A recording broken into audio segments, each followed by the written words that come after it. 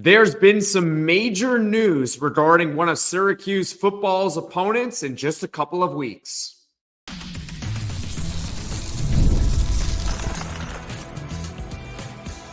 You are Locked On Syracuse, your daily podcast on the Syracuse Orange, part of the Locked On Podcast Network, your team every day. Hello, everyone, and welcome into Locked On Syracuse. I'm Jackson Holzer, and thank you for making us your first listen of every single day here on the Locked On Podcast Network, where it's your team every day, and we're free and available wherever you get your podcasts. And on today's show, we got a trio of topics for you. First and foremost, there has been some massive news for the quarterback position over at UNLV, and Syracuse is playing UNLV in just a couple of weeks, so we'll talk about that. Ryder Frost, a Syracuse basketball 2025 recruiting target, has set his decision date, so we'll go over that as well. And last night, the ACC released Syracuse basketball's schedule for the upcoming season. What are some of the main takeaways regarding that? So a trio of topics here on today's podcast. Today's episode is brought to you by FanDuel. Place your first $5 bet and you'll get started with $200 in bonus bets guaranteed. Visit FanDuel.com to get started. All right, so some pretty big news regarding UNLV football, and this relates to Syracuse because Syracuse is playing UNLV in less than 2 weeks. All right, this is going to be it was projected to be the toughest of the non-conference slate for Syracuse football. UNLV currently a top 30 team in the AP poll. And the big news with UNLV is that former starting quarterback, Matthew Sluka, will not play for the rest of the season. He announced it on his personal Twitter account. I will read you his statement verbatim, give you just quick thoughts on that, and then we'll go right back into the football aspect of why this matters for Syracuse, okay?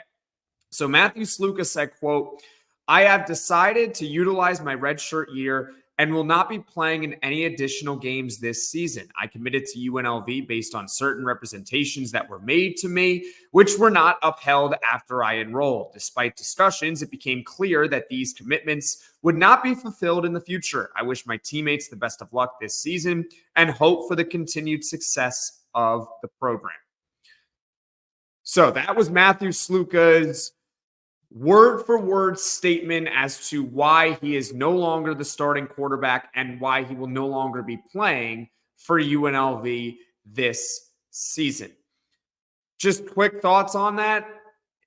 It's sad. That is my number one takeaway from that statement. It is sad.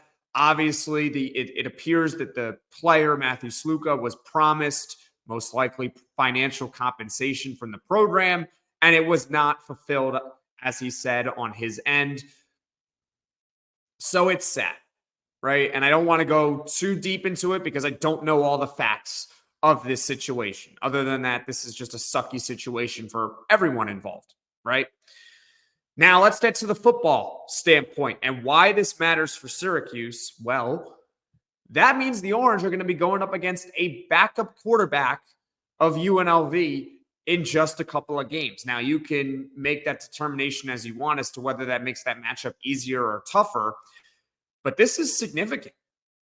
UNLV is among the leaders of the group of 5 currently to represent for the college football playoff. Right now in the AP poll, they are a top 30 team in the country. They're top 25 on the coaches poll. UNLV is a 3-0 team that has 2 wins over Power 4 competition this season. This was not projected to be an easy game for Syracuse on the road in a couple of weeks. Now they're playing that game with a backup quarterback. As far as Matthew Sluka himself, he was a dual threat quarterback who would have probably given Syracuse some problems, considering that the Orange have had some trouble at times stopping the dual threat quarterbacks they have faced to start this season. He had 6 touchdowns to 1 interception.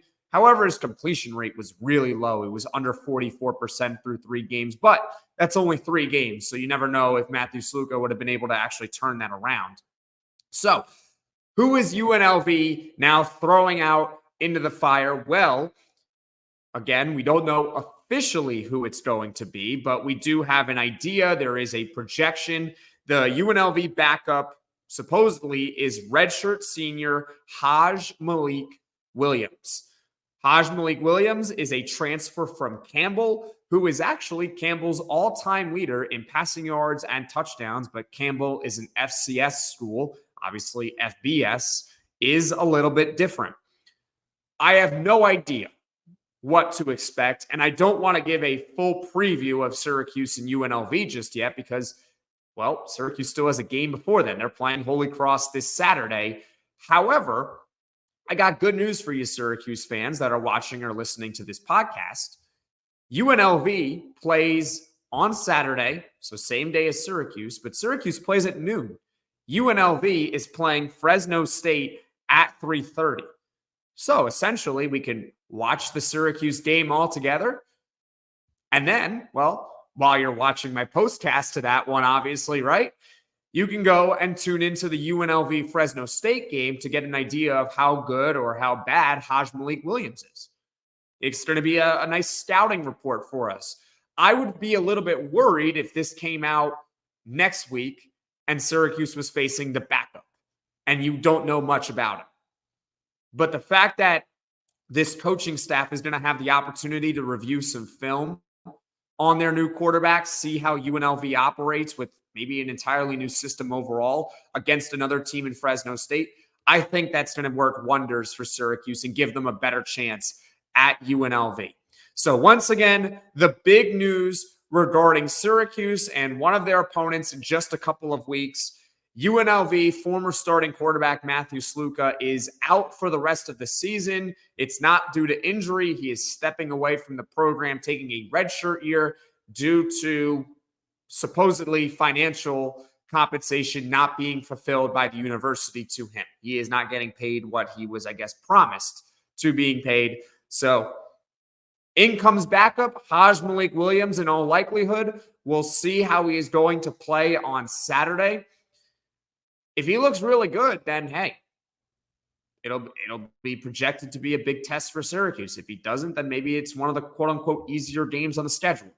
So who knows? But let's just see how it all shakes out on Saturday with UNLV. All right, so that is it for the Syracuse football news of this podcast. I know it wasn't directly related to Syracuse, or I know it wasn't directly about the Syracuse football team, but it is important because they're playing UNLV in a couple of weeks. Coming up, we're going to talk about some basketball. We got some recruiting, and the schedule later on came out, and we'll go over that as well. It's time to highlight my Roy Player of the Week. Roy is a new platform that lets fans make contributions directly to their favorite athletes. Download Roy for iOS or Android and enter referral code LOCKEDON, and you'll be automatically entered into a sweepstakes to win $5,000 cash. No purchase necessary, void where prohibited. This week, we've selected Kyle McCord for throwing for over 300 yards once again. 3 touchdowns. Yes, he did have 2 interceptions, but one of them was just simply not his fault. And I'm giving Kyle McCord $100 on Roy. If you were impressed as we were with his performance on Saturday, you can show him some love too. Just hop on Roy and throw in a few bucks. If everyone pitches in just $10, it adds up fast for Kyle McCord. Now you have the chance to show your appreciation for Kyle McCord and his standout performance this week, as well as what he'll continue to bring to the Syracuse program. Get off the sidelines and into the NIL game with Roy. When you're hiring for your small business, you want to find quality professionals that are right for the role. That's why you can check out LinkedIn Jobs. LinkedIn Jobs has the tools to help find the right professionals for your team faster and for free. And guys, I use LinkedIn all the time to find the latest job opportunities, but LinkedIn isn't just a job board. LinkedIn helps you hire professionals you can't find anywhere else, even those who aren't actively searching for a new job but might be open to the perfect role. In a given month, over 70% of LinkedIn users don't visit other leading job sites. So if you're not looking on LinkedIn, you're looking in the wrong place. On LinkedIn, 86% of small businesses get a qualified candidate within 24 hours. Hire professionals like a professional on LinkedIn. LinkedIn knows that small businesses are wearing so many hats and might not have the time or resources to hire. And LinkedIn is constantly finding ways to make the process easier. They even just launched a feature that helps you write job descriptions, making the process even easier and quicker. And 2.5 million small businesses use LinkedIn for hiring. Post your job for free at linkedin.com/lockedoncollege. That's linkedin.com/lockedoncollege to post your job for free. Terms and conditions apply. We have another Syracuse basketball 2025 recruiting update. Let's get right to it. That's right. Consensus 4-star and top 100 prospect in the entire country, Ryder Frost, is making his college decision on September 27th. So that is just 2 days from now. That is this Friday, and it's going to be on the 24/7 Sports YouTube channel, and it's going to be a live decision as well. Frost is 6'6". He is a forward that's over 200 pounds from Massachusetts, and Syracuse is one of the 6 finalists for Ryder Frost. The other 5 schools involved are Michigan, Wisconsin, Notre Dame, Iowa, and Virginia Tech. So once again, Syracuse is in the running for a prospect in Ryder Frost, a 4-star from Massachusetts.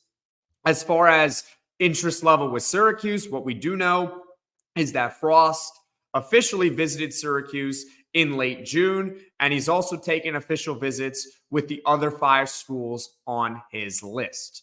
Okay, so in all technicality, can't rule any of them out. However, that being said, regarding Ryder Frost, there is analyst buzz out there for one particular school on that list. Unfortunately, that school is not Syracuse. Okay, it is not Syracuse. I repeat, but that doesn't mean that they can't land him. Just the analyst buzz is not necessarily there. On 24/7 Sports, he is crystal ball to go to Notre Dame. That is right. So Notre Dame is projected to land Ryder Frost. Of course, you never truly know in recruiting, but with this particular situation regarding Ryder Frost, I would not get your hopes up too much. Okay, Syracuse is not considered the favorite to land him. If they do, great. If they don't, well, they weren't really the front runner for him regardless. As far as other prospects, because I know that might be kind of sucky news to hear with Ryder Frost, and they're probably not going to land him. He's a top 100 prospect. We could use more top 100 prospects, right? You can never have enough of them. Remember, Syracuse basketball in 2025, they already have a recruit in the boat. That is 5-star power forward Sadiq White, who last April, when I had on 24/7 High School Hoops on the podcast, he said that Sadiq White might be the best defender in the entire class. And he is only getting better. He recently rose into the top 15 list on ESPN. He's only getting better. He's at IMG Academy right now. I'm sure he's going to thrive for his senior season. And I can't wait for him to get to Syracuse. I know he also recently had his official visit to Syracuse, which is good for Sadiq White. So that's good for starters. You already got one in the boat. Number 2, the Orange's top priority right now in this recruiting cycle is Kyan Anthony, a consensus top 40 prospect in the nation. Now, we all know the name brand, right? He is the son of Carmelo Anthony, who led Syracuse to its only national title in 2003. Kyan Anthony himself, he is visiting other schools, and he has been very transparent with his recruitment. He said in plenty of interviews, he's going to take visits to other schools. That includes Syracuse, right? He's not going to be pressured by his father to go to Syracuse, and all indications seem to be that his father, Carmelo Anthony, is not pressuring him to go to Syracuse. And that his commitment is not going to happen until October or November. So in about a week, we could start thinking about when Kyan Anthony will make his decision. But for now, in late September, no decision is happening yet regarding Kyan Anthony. He has said that on countless interviews. He has been fully transparent with his recruitment. So I wouldn't panic that he is going to visit other schools. And in large part, I'm not panicking because On3's Joe Tipton, one of the best recruiting analysts out there, has maintained the fact that Syracuse is the strong favorite to land Kyan Anthony. Okay? So I wouldn't panic about maybe missing out on Ryder Frost. And obviously Derek Dixon, I think, is coming up soon with his decision, and they're probably not going to land him either. I wouldn't panic too much because they are the clear front runner for Kai and Anthony, and they already have Sadiq White. Now, the other player to really keep an eye on with Syracuse basketball recruiting is four-star guard Tyler Jackson, whose recruitment is kind of quiet at the moment right now. Jackson and Kai and Anthony both know each other incredibly well. And if you recall, over this summer, there was an interview that he mentioned that, hey, them two had been talking about potentially playing together at Syracuse. Okay. So that's the one to really keep an eye on, as well as Kai and Anthony, is Tyler Jackson. I think overall, we dreamed and we hoped that this would be a big Syracuse basketball recruiting class. Like they can land maybe 5-6 players. I don't think that's going to be the case anymore, but it could still be successful. Okay, this isn't me just being positive Polly and being fully optimistic about Syracuse. I'm keeping it real with you. If you land Sadiq White, a 5-star, you get Kai and Anthony, a consensus top 40 prospect. You get Tyler Jackson, a consensus top 100 prospect and 4-star overall as well. I would consider that to be successful. I would consider that to be one of the better recruiting classes in the country. Dare I say it would be a top 10 class in the nation? At minimum, it would be top 15. That's really strong for Syracuse. Okay, so overall, I am not really... Is it a bummer that they're probably not going to land Ryder Frost? Yes. But is it super discouraging? Isn't it an indictment on the Syracuse basketball program? No. I wouldn't overreact to it. Let's maintain our top priority on Kai and Anthony. Let's focus on getting him in the boat and then trying to get one more. Maybe it'll be Tyler Jackson. Maybe it'll be Sean Abayev. That's going to be a tough recruitment for him. But hey, Syracuse is firmly in the mix. So we'll see what happens regarding that as well. So that is a quick Syracuse basketball 2025 recruiting update. If you have any questions regarding Syracuse basketball recruiting, leave a comment in the comment section below, and I will try to get an answer for you. Okay? Pretty similar to when I did a recruiting update, I think it was a couple weeks ago. If you have a question, leave it in the comment section below. I will be happy to answer it, assuming I know the answer. All right? So that we've talked about Syracuse football news with UNLV. We've gone over the Ryder Frost decision date, which once again is just in a couple of days, September 27th. Syracuse is in the top 6, but probably not going to land him. Now, let's go over Syracuse basketball's ACC schedule, which came out last night.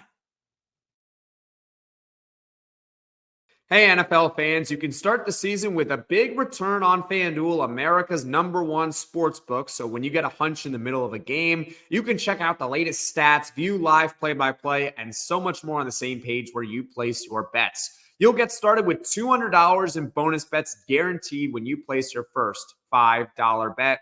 And I know a lot of you guys who are watching or listening to this podcast are Buffalo Bills fans. I myself am a New York Jets fan, but I don't think there's really that much hatred between the two teams, to be honest with you. And congratulations on your beatdown the other night against Trevor Lawrence and the crappy Jacksonville Jaguars. I don't say that to minimize it. Buffalo is actually a 1.5-point underdog against the Ravens on Sunday night, and it might be one of the very few times this season that the Bills are underdogs in a game. And so if you want to bet it, just go to FanDuel. That's FanDuel.com. Syracuse basketball's ACC schedule came out last night, and here are my takeaways from the schedule release. Now, first and foremost, I watched the video that Syracuse basketball posted on Twitter, and let's just say our players got to learn how to draw better, okay? Their drawing skills were not up to par. I don't know if this team is going to win a game this season because they couldn't draw. Obviously, I'm kidding. It was a funny video. I enjoyed it. It was entertaining. But anyways, let's get into the schedule takeaways. Now, we already knew the opponents. We knew the opponents, and we knew the home and away splits. That was already out there for everyone to see. It was public knowledge. I have covered it on the Locked On Syracuse podcast. But in case you didn't remember that was out, I'll give you the one main takeaway that I had from the release of that, which is that Syracuse is facing Duke, North Carolina, and Virginia just one time each this season, and all of those games are at home. That is significant because those three teams are usually three of the top teams in the league, and Syracuse is getting those teams just once this year, and they're all at home, which works to our advantage. I don't think Syracuse has ever won in Chapel Hill. They've won at Duke before, and at Virginia is also a very, very difficult place to play. So it's very good that they're getting them at home. As far as the schedule itself and what I took from it, as predicted, the ACC did Syracuse a favor with the West Coast teams that they are facing. Syracuse is one of the very few teams in the league that is going to have to face Cal and Stanford on the road this season. They're going to have to play both. Both of them are on the road. That was one of my takeaways when the schedule first came out, that they're going to have to play both teams in California.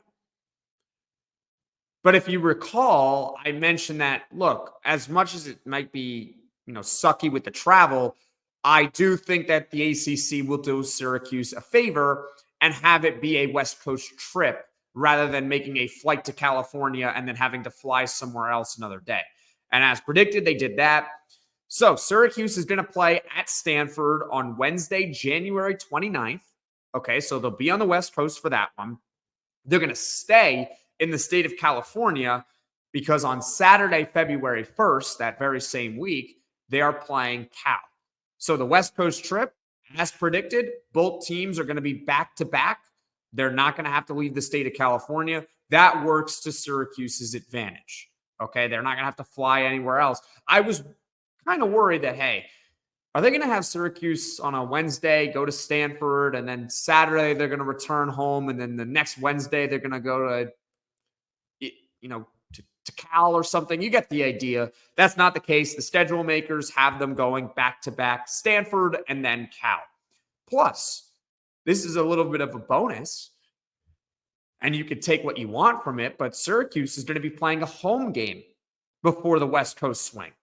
I think that's pretty significant. They're playing, I think, Pitt at home this Saturday before they go to the Wednesday game against Stanford. The reason why that's significant is because they're going to be able to leave from Syracuse. They're going to be able to be comfortable in Syracuse before getting on that cross-country trip. Whereas it could have easily been they have a road game, let's say, at SMU, and then they got to go from SMU, and they have to make the decision to either travel to California or fly back to Syracuse. In this case, they don't have to do it. They're going to be in Syracuse before the game, and then they can fly directly from Syracuse to California. I think that is significant. Leave a comment in the comment section below your thoughts on that Syracuse is getting a home game before the West Coast trip. I think it is significant. I want to hear your thoughts on that. Number two, I think we know what the toughest stretch is on Syracuse's ACC schedule specifically. Once again, we're only talking about the ACC schedule. We've gone over the non-conference games. The schedule for that has been out for quite some time. This is just going to be about league play. The tough stretch for Syracuse appears to be in late January to mid-February, so that about 2-week stretch where there's 5 games. Here are the 5 games. It's going to start with the West Coast, right? At Stanford, at Cal. We'll see how Syracuse will fare playing on the West Coast. Then Syracuse returns home from Cal on that Saturday to face Duke at home Wednesday in primetime. Duke is obviously projected to be one of the top teams in the ACC once again. So you go from West Coast and then your home game is Duke. That's not fun. But again, it's a tough team anyway, right? Then Syracuse stays at home and they play Boston College on Saturday. Maybe that is the quote-unquote easiest game of those 5. But then after that, they got to go to Miami. That won't be easy, projected, right? And then home against North Carolina right after that. At minimum, they're going to face at least 2 tournament teams of that 5-game stretch, North Carolina and Duke. Possibly a third in Miami. I think Miami has high expectations this season. They have a pretty good roster. That could be 3 tournament teams from the ACC that they got to face in that 5-game stretch. Oh, it's a 6-game stretch, rather. Yeah, it's 6 games. But anyways, Boston College is maybe the quote-unquote easiest, but you also got Cal and Stanford, who might not be the toughest games, but they're on the road, so you never really quite know. So that 6-game stretch, not 5-game stretch, I think is the toughest on Syracuse's league play schedule. If you have any thoughts on that, leave a comment in the comment section below. But that was one of my takeaways. And number 3, let's talk about the students. I'm not a student anymore at Syracuse. I graduated last May, but I think the students really won with this schedule release. Every ACC Saturday home game for Syracuse, students will be in session. That means they will be able to attend. Not saying that they can't attend when they're not in session, but they'll actually be on campus. All right. I did a little digging. It's public knowledge. You can go online, look at the Syracuse academic calendar. When will students be in session? Well, December 17th through January 13th is their winter break. But Syracuse's first Saturday home game in league play is against Notre Dame on January 18th. So that means the students are going to be in session, and in total, the students will have a chance to go to 6 ACC Saturday games this year. So good for them. They won. The students really made out well with this schedule release. Thank you to the ACC schedule makers for the students. Good for them, right? I wish I had that when I was a student. I think last year, last year, I don't think they had 6. The year before that, they had significantly less than that. So, hey, good for the students that they get a lot of Saturday home league games. That's a good thing for them. All right, so those are my schedule takeaways from the ACC. As predicted, Syracuse is going to face the West Coast teams back-to-back in California, which is good. The toughest stretch is a 6-game stretch between late January and mid-February. And the students won with the schedule and the Saturday home games that they have on it. So, having said that, thank you for making Locked On Syracuse your first listen today. For your second listen, let's go to Locked On College Football, right? From NIL deals to never-ending conference realignment rumors, and obviously the news with Matthew Sluka and UNLV. Spencer McLaughlin has you covered this season on the gridiron. Find Locked On College Football on YouTube or wherever you listen to your podcasts. And folks, thank you all so much for watching. Thank you all so much for listening. If you like this video, click that like button. And if you really liked it, subscribe to the channel, turn on those notifications so you know right away when I'm dropping the next podcast. And everyone, take care.